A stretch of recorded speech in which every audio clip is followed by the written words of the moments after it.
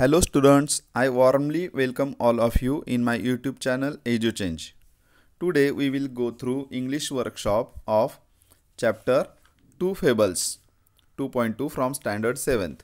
In that chapter we have learned two stories, the two friends and the bear, and the other one was the town mouse and the country mouse. So first question is, this story has two parts. Write what happened in each part. या प्रश्नामध्ये पहा, हा प्रश्न दुसरी जी आपण गोष्ट पाहिली the town Mouse and the country Mouse या गोष्टीवर आधारित आहे की त्या गोष्टीमध्ये दोन भाग दिलेले आहेत, इन द कंट्री आणि ॲट द बिग हाऊस. तर दोन्ही ठिकाणी काय काय घडलं ते आपल्याला 3 पॉईंट्समध्ये लिहायला सांगितलेलं आहे. त्यांनी या ठिकाणी नमुना वाक्य दिलेले आहेत, ती आपण पाहू आणि मी तुम्हाला पुढची वाक्य कशी होतील ते सांगण्याचा प्रयत्न करतो. इथे पहिलं वाक्य दिलं आहे, the town mouse went to visit his country cousin, की शहरातला उंदीर खेड्यातल्या उंदराला भेटायला आला, त्याच्या नातेवाईकाला. ठीक आहे, मग तसं इकडे काय वाक्य लिहिणार तुम्ही, इथे they arrived at the big house. ते जेव्हा त्यांचं ठरतं की आपण शहरामध्ये जाऊ, तर त्यावेळेस ते पहिल्यांदा शहरामध्ये येतात, त्यावेळेस ते एका मोठ्या घरामध्ये येतात. They arrived at the big house. Okay, this sentence you should write here. Okay, now इथलं वाक्य लिहिण्या अगोदर आपण इकडचं हे वाक्य वाचू. The town mouse offered his cousin jellies and cakes. Town माऊसने काय ऑफर केलं त्याला, त्या कझनला जेलीज आणि केक्स दिलं त्याने, कारण त्या मेजवानीमध्ये जे रिमेन्स होते ते त्याने ऑफर केले. तसं इकडच्या जो टाउन आपला हा जो खेड्यातला उंदीर होता त्याने काय ऑफर केलं, the country mouse offered beans, cheese and bread.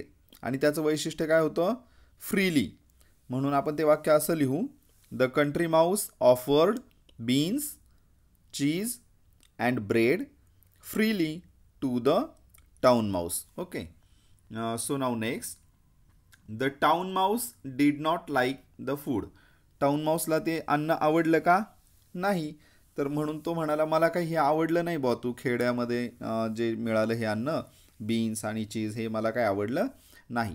इकडे काय रिप्लाय आला मात्र त्याचा, ते जेली केक आणि जेली खाल्लं त्याने, परंतु ते खाताना त्याला शांतता मिळाली का, नाही. तिथे मोठे दोन कुत्रे मास्टिप्स त्या ठिकाणी ग्राउलिंग आणि बार्किंग करत आले होते, आणि मग त्यांचं जेवण आनंदाने झालं का, नाही. म्हणून तो निघून गेला, तो खेड्यातला उंदीर. आणि जाताना काय म्हणाला ते वाक्य तुम्ही इथे लिहू शकता. Country mouse replied, better beans and bread in peace than cakes and jellies in fear. Okay, तर ते वाक्य you can write there. Okay, now second question, translate the following into your mother tongue. तुमच्या मातृभाषेमध्ये तुम्हाला ही वाक्य काय करायचे आहेत, ट्रान्सलेट करायचे आहेत. पहिलं वाक्य पहा, I do not like that music at my dinner. म्हणजे मला ते संगीत जेवताना आवडत नाही. ठीक आहे, I do not like that music. आता डिनर म्हणजे रात्रीचं किंवा संध्याकाळचं जेवण. मग मला संध्याकाळच्या जेवणाच्या वेळी ते संगीत आवडत नाही, असा त्याचा अर्थ होईल. त्यानंतर better beans and bread in peace than cakes and jellies in fear. म्हणजे काय होईल बरं या ठिकाणी, की बुवा भीत केक आणि जेली खाण्यापेक्षा सोयाबीन आणि भाकरी शांततेत खाल्लेली खूप चांगली. हो की नाही. सरळ तुम्ही असं त्याचं ट्रान्सलेशन करू शकता, किंवा तुमच्या मनानेही तुम्ही त्यामध्ये बदल करू शकता. ठीक आहे. त्यानंतर question number 3, try to write more sentences on the pattern of better beans and bread in peace than cakes and jellies in fear. आता मित्रांनो, first of all listen me carefully that we are learning here English language. So we have to become user of English language. Though there is content of the story is important, we have to concentrate or we have to focus on English language. Okay, and so how is this language can be used in our daily routine, that thing we have to learn from this book. This book will help you to learn English language, to use that English language. So मला वाटतं हा प्रश्न त्यामुळे एक महत्त्वाचा आहे, की इथे तुम्हाला फ्रेज आहे ही बेटर लेट दॅन, तर बेटर आणि दॅन हे दोन शब्द जे आहेत फ्रेजमधले हे शब्द कशा प्रकारे वापर करू शकता हे त्यांनी विचारले. इथे त्यांनी एक वाक्य आपल्याला दिलं होतं, पॅटर्न दिलेलं आहे. पॅटर्न लक्षात घ्यायला शिका. पॅटर्न जर लक्षात आला तर तुम्ही इंग्रजी पटकन शिकाल. Better beans and bread in peace than cakes and jellies in fear. मग तसं दुसरं वाक्य त्यांनी एक्झाम्पल दिलं आहे पहा इथे, बेटर लेट दॅन नेव्हर, की बा उशीर झाला तरी चालेल पण कधीही जायचं नाही, याच्यापेक्षा उशीर झालेला चांगला. Better late than never. मग तसं वाक्य मी 2 एक्झाम्पल सांगतो आणखी तुम्हाला. Better ground than mobile. Ground कधीही पण चांगलं मोबाईलपेक्षा. ठीक आहे, बेटर ग्राउंड दॅन मोबाईल. आणखी एक वाक्य सांगतो, better reading than wasting time. Time वाया घालवण्यापेक्षा वाचन करत बसलेलं कधीही चांगलं. तर अशा पद्धतीने वाक्य तुम्हाला आणखी सुचतील तशी वाक्य तुम्ही लिहा. Question number 4, write the moral of the story in your mother tongue using your own words. So we learn 2 stories from the chapter and so I would like to mention 2 morals. पहिलं जी गोष्ट आपण पाहिली मित्राची, तर त्या गोष्टीचं moral काय येईल की संकट प्रसंगी एकट्याला सोडणाऱ्या मित्रावर विश्वास ठेवू नये. आता इथे आपल्याला मदर टंगमध्ये मॉरल लिहायचं आहे, त्यामुळे मराठीमध्ये तुम्ही ते लिहू शकता. परत एकदा सांगतो, संकट प्रसंगी एकट्याला सोडणाऱ्या मित्रावर विश्वास ठेवू नये. आणि दुसरं आहे की कंट्री माऊस आणि जो टाउन माऊस आहे त्यांच्यातला संवाद आहे, त्यांच्यातला प्रसंग आहे. त्यातून तुम्ही काय शिकता तुमचं तुम्ही लिहा. मीही एक वाक्य सांगतो, खेड्याकडे चला. हा आपल्याला संदेश त्या ठिकाणी मिळतो की खेड्यातलं जे जनजीवन असतं, आपल्या गरजा थोड्या असतात आणि त्यामुळे कमी गरजांच्यामध्ये आपण जे आपल्याला मिळालेलं आयुष्य आहे ते शांततेमध्ये घालवू शकतो. ठीक आहे, it is in my view. Okay, so now on next page we are moving on next page. Here language study, it is a part of language study. आता लँग्वेज स्टडी हा एक अतिशय महत्त्वाचा भाग आहे. त्याला ग्रामर अटॅच आहे, की भाषेचं जे व्याकरण आपण म्हणतो ते त्याला अटॅच आहे. पहा, you have learned in standard 6 that verbs, action words have different forms to show the time at which the action happens. की तुम्ही 6वी मध्ये शिकलेले आहात की जे ॲक्शन वर्ड्स असतात किंवा व्हर्ब्स असतात तर त्यांना वेगवेगळे फॉर्म्स असतात, त्यांचे डिफरंट फॉर्म्स दे हॅव. मग कसे असतात ते फॉर्म्स? तर वेळेच्या म्हणजे कोणत्या काळामध्ये ती घटना घडली.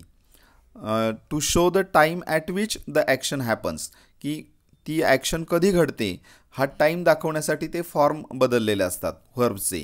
आता व्हर्ब म्हणजे काय, तर ॲक्शन वर्ड, कृती दाखवणारा शब्द, ध्यानात ठेवा. आता इथे मग ते जे काळ असतात तर ते काळ कोणते असतात? 3 आहेत, पास्ट, प्रेझेंट आणि फ्युचर. पास्ट म्हणजे भूतकाळ. भूतकाळ, तर भूतकाळ म्हणजे काय, त्यावेळेस क्रिया किंवा ॲक्शन होऊन गेलेली असते, म्हणून भूतकाळ लक्षात ठेवा. त्यानंतर प्रेझेंट म्हणजे वर्तमान काळ. वर्तमान म्हणजे काय, सध्या स्थिती, सध्या काय चाललेलं आहे ते, सध्या घडत असलेली, म्हणून वर्तमान काळ प्रेझेंट. आणि तिसरं जे फ्युचर टेन्स आहे पहा, इथं फ्युचर दिलाय शब्द FUTURE. फ्युचर म्हणजे भविष्य. भविष्य आपल्याला माहीत असतं का, की ते आपण अंदाज केलेला असतो, हे पुढे होईल, म्हणून तो काळ भविष्यकाळ. तर अशा प्रकारच्या 3 हे काळ आहेत. मग त्या काळांच्या अनुरूप व्हर्बचे फॉर्म्स येत असतात. सो पास्ट टेन्समध्ये फॉर्म पहा, ही लिव्ड इन अ होल, तो बिळात राहिला. ही लिव्ड इन अ होल. मग आता राहिला हा भूतकाळ, होऊन गेलेली गोष्ट ना, म्हणून इथे LIVED असं स्पेलिंग आले पहा. इथे ED असं आणि D, LIVED असं स्पेलिंग आहे. त्यानंतर आपण प्रेझेंटकडे जाऊ. तिथे फॉर्म कसा आलाय त्या शब्दाचा, इथे पहा, he lives in a hole. He lives, LIVES, इथे काय लागलंय, येस. आता मूळ व्हर्ब काय आहे पहा, LIVE. लिव्ह म्हणजे राहणे. पहिला जो पास्ट पाहिला त्यामध्ये LIVED, डी हा त्याला सफिक्स लागला. त्यानंतर LIVES, इथे यस सफिक्स लागला त्याला. आता पुढे काय झाले पहा, future, he will live in a hole. आता या ठिकाणी लिव्ह शब्द आहे जसाच्या तसा, परंतु विल हा शब्द त्या ठिकाणी प्रिफिक्स म्हणजे थोडक्यात आधी आला त्या शब्दाच्या, म्हणून विल लिव्ह असं झालं. तर हे 3 फॉर्म आपण व्हर्ब्सचे पाहिलेले आहेत इथे. इथे मी आहे काय म्हणतोय पहा, it will come out of the hole म्हणजे तो बिळातून बाहेर येईल, भविष्यकाळ आहे future. It comes out of the hole, तो बिळातून बाहेर येतो म्हणजे वर्तमान काळात क्रिया चालू आहे, तो बिळातून बाहेर येत आहे. It comes. It came out of the hole and lost its life, तो बिळातून बाहेर आला आणि त्याचे आयुष्य गमावले. अशा पद्धतीने हे फॉर्म्स आहेत वेगवेगळ्या व्हर्ब्सचे. या ठिकाणी you also know that the past tense forms usually have D, E D or I E D at the end. तर तुम्ही हे लक्षात ठेवा की पास्ट टेन्सचा जो फॉर्म असतो क्रियापदांचा, त्या क्रियापदांच्या शेवटी हे जे इथे दिलेले शब्द आहेत they have D, E D or I E D. तर हे सफिक्स, त्याला प्रत्यय म्हणू आपण, हे त्या व्हर्बला लागलेले असतात शेवटी, म्हणून तो असा असेल तर तो पास्ट फॉर्म आहे, पास्ट टेन्स फॉर्म आहे असं समजायला, त्या व्हर्बचा असं समजायला हरकत नाही. त्यानंतर इथे पहा, इथे काय सेंटेन्स दिलं आहे, some present tense forms third person singular have S, E S or I E S at the end. आता प्रेझेंट टेन्स फॉर्म म्हणजे वर्तमान काळ, परंतु त्यातला कर्ता जो असतो सब्जेक्ट, तर तो कसा पाहिजे, थर्ड पर्सन सिंग्युलर. आता थर्ड पर्सन सिंग्युलर म्हणजे काय पहा इथे, थर्ड पर्सन सिंग्युलर. तर थर्ड पर्सन सिंग्युलर म्हणजे मराठीमध्ये म्हणायचं झालं तर तृतीय पुरुष एकवचन. मग आता तृतीय पुरुष एकवचन सर्वनामं कोणती आहेत, ही, शी आणि इट.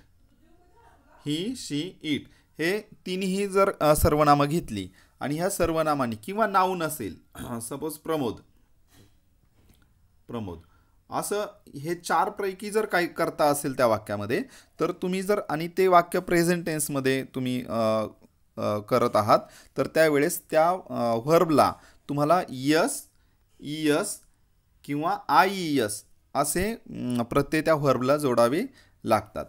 आता या ठिकाणी पहा आणखी पुढे काय माहिती दिली त्यांनी. हां, present tense forms used with I, we, you, I, we, you and they do not have yes, es or ies after them. मग आता प्रेझेंट टेन्समध्ये जर तुम्ही आय घेतला, मी, वी, यू किंवा दे, तर मात्र त्या क्रियापदांना यस, इयस और आयईएस हे प्रत्यय लागत नाहीत, लक्षात ठेवा. There is no change in them, त्या व्हर्बमध्ये काहीही बदल होत नाही, ते व्हर्ब जसंची तसं प्रेझेंट टेन्समध्ये त्या फॉर्ममध्ये वापरलं जातं. आणि फ्युचर टेन्सचं वैशिष्ट्य लक्षात आलं का, the future is indicated by will, or and shall. तर विल आणि शाल जर व्हर्बच्या आधी आलं तर समजायचं तो भविष्यकाळ आहे, फ्युचर. ओके, आता इथे पहा, use any 5 of the following verbs, use any of 5 of the following verbs in your own sentences to show the past, present and future tenses. आता या ठिकाणी इथे तुम्हाला टेबल पूर्ण करायचं आहे आणि तुम्हाला वाक्य पण तयार करायचे. Use in your own sentences to show the past, present and future tenses. इथे पास्ट, प्रेझेंट आणि फ्युचर लिहायचं आहे. या ठिकाणी आपण प्रयत्न करू. पहा इथे love, L O V E, love हे प्रेझेंट टेन्समध्ये जसंची तसं. फ्युचरमध्ये काय होईल, will love, L O V E. आणि पास्टमध्ये काय असेल, L O V E D, loved. ठीक आहे. त्यानंतर आन्सर, इथे मी आन्सर लिहितो, ANSWER, आन्सर म्हणजे उत्तर देणे. आन्सर्ड इकडे पास्टमध्ये होईल, ED, आन्सर्ड. आणि फ्युचरमध्ये विल आन्सर, विल आन्सर. तसंच स्कॅम्पर, इथे येईल स्कॅम्पर, इकडे येईल स्कॅम्पर्ड आणि इकडे येईल विल स्कॅम्पर. ठीक आहे. तसंच वेट, वेट, वेटेड आणि will wait. Sniff, sniffed, will sniff.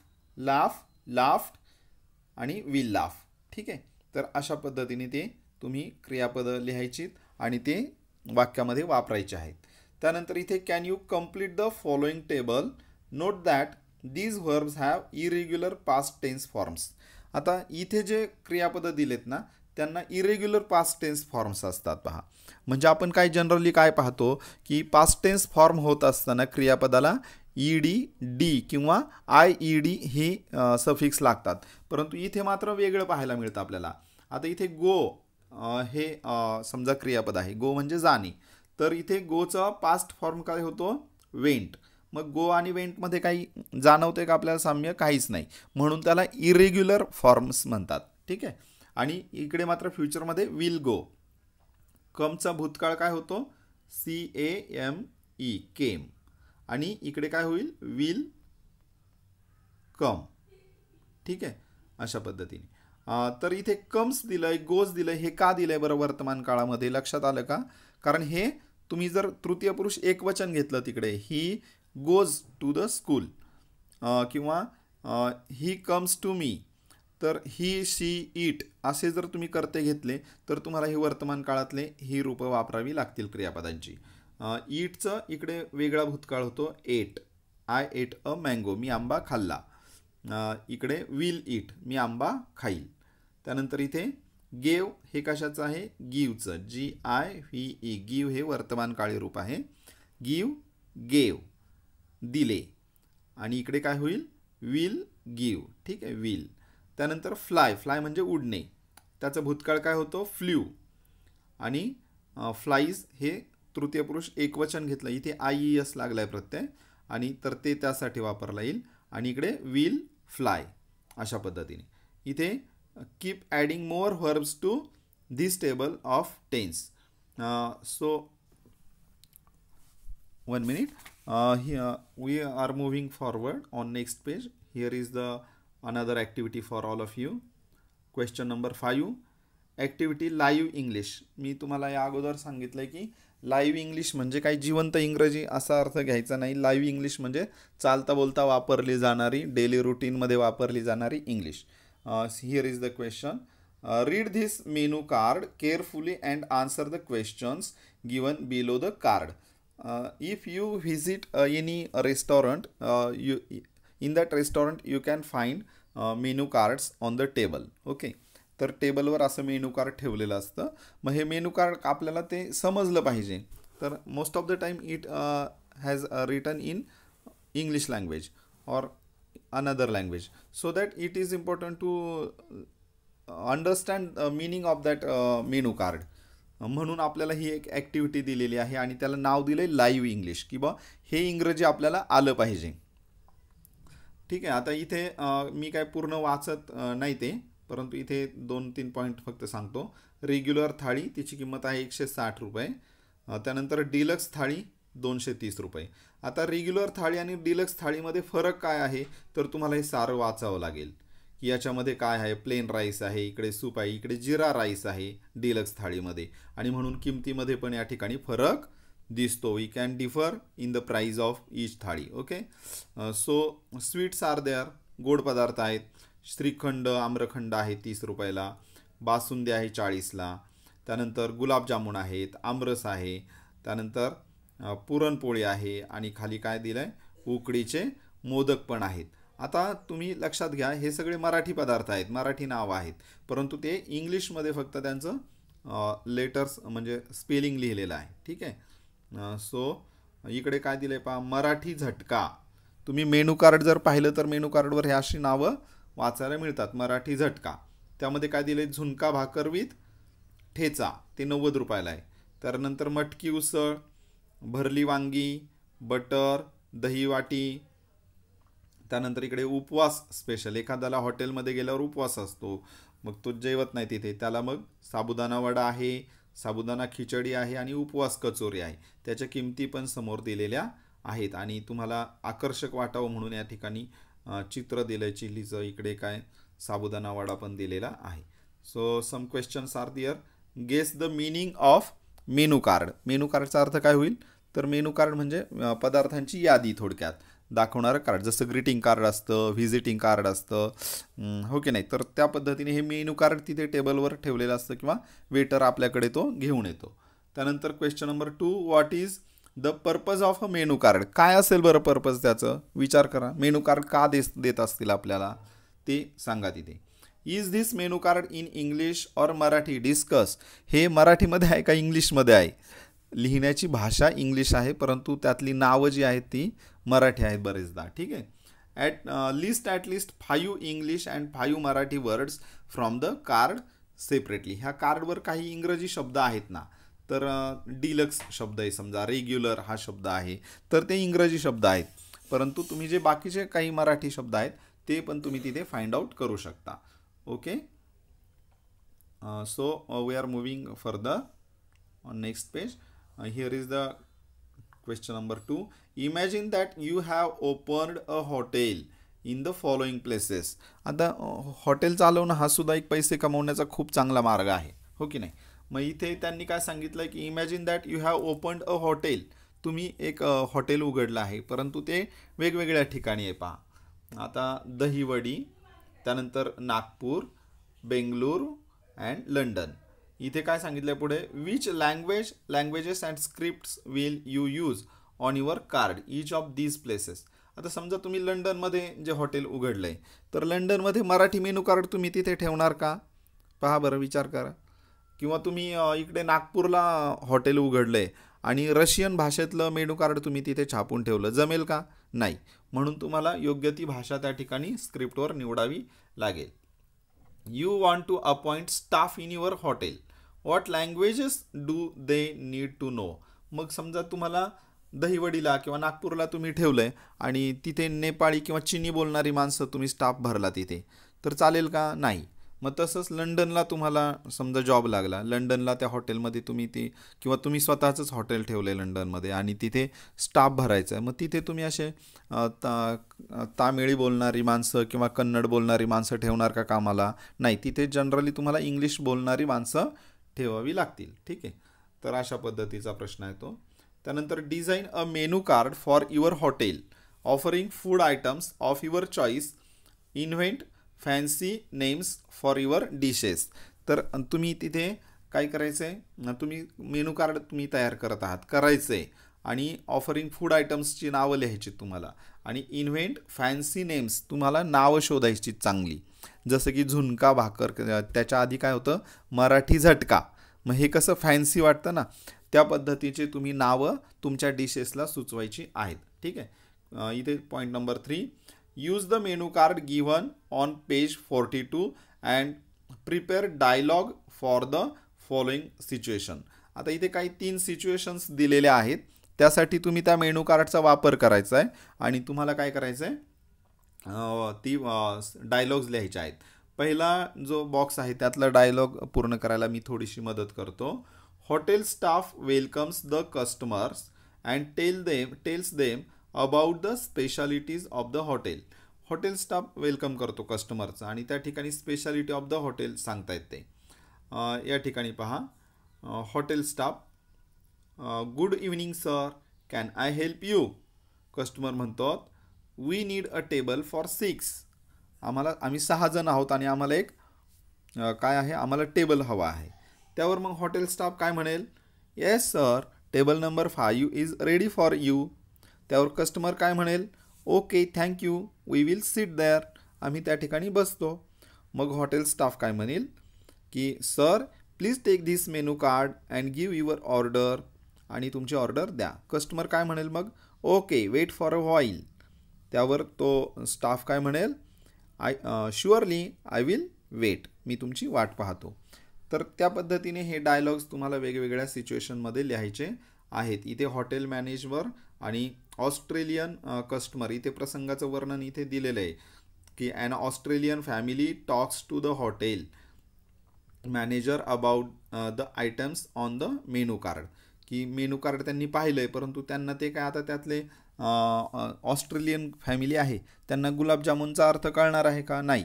म्हणून मग ते विचारू शकतात हे गुलाबजामुन काय असतं. तर ह्या पद्धतीमध्ये तुम्ही वाक्य तयार करायची आहेत स्वतः, आणि हे सर्व पॅसेज जे आहेत डायलॉग्स ते पूर्ण करायचे आहेत. So that we have finished here all the questions from workshop of chapter 2 fables. I think you are getting too much guidance by me, and you can write all the answers in your notebook. You have to complete all the workshop in your notebook, and you have to send all the PDFs to my WhatsApp number. Okay, I will check it. Okay, so hope you are happy by understanding this workshop. Thank you for my watching my video and listening my speech here. Thank you all of you. Bye everyone.